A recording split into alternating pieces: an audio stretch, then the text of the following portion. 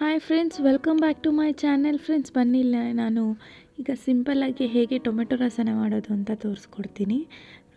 ಇವಾಗ ನಾನಿಲ್ಲಿ 4-5 ಟೊಮೆಟೊ ತೊಗೊಂಡಿದ್ದೀನಿ. ಅದರ ಜೊತೆಗೆ ಜೀರಿಗೆ, ಮೆಣಸು, ಕರಿಬೇವು, ಒಂದು ಬೆಳ್ಳುಳ್ಳಿ, ಚಿಟಿಕೆ ಆಗೋಷ್ಟು ಅರಿಶಿನ, ಕೊತ್ತಂಬರಿ, ಒಗ್ಗರಣೆಗೆ ಸಾಸಿವೆ, ಕರಿಬೇವು, ಮೆಣಸಿನ್ಕಾಯಿ ಒಂದು 8-9, ಲಾಸ್ಟಲ್ಲಿ ಹಾಕ್ಕೊಳ್ಳೋದಕ್ಕೆ ಕೊತ್ತಂಬರಿ.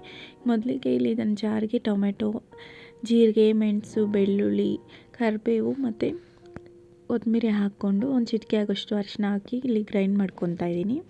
ಒಂದು ನಿಂಬೆಹಣ್ಣು ಗಾತ್ರದಷ್ಟು ಹುಣಸೆಹಣ್ಣು ಊರು ಹಾಕ್ಕೊಳ್ಳಿ. ಈಗ ಒಗ್ಗರಣೆಗೆ ಎಣ್ಣೆ, ಸಾಸಿವೆ ಮತ್ತು ಜಜ್ಜಿ ಇಟ್ಕೊಂಡಿರುವಂಥ 3-4 ಬೆಳ್ಳುಳ್ಳಿ ಹಾಕ್ಕೊಳ್ಳಿ. ಆಮೇಲೆ ಕರಿಬೇವು, ಮೆಣಸಿನ್ಕಾಯಿ ಹಾಕಿ 2 ನಿಮಿಷ ಫ್ರೈ ಮಾಡಿಕೊಂಡು ರುಬ್ಬಿರುವಂಥ ಮಸಾಲ ಸೇರಿಸ್ಕೊಳ್ಳೋಣ.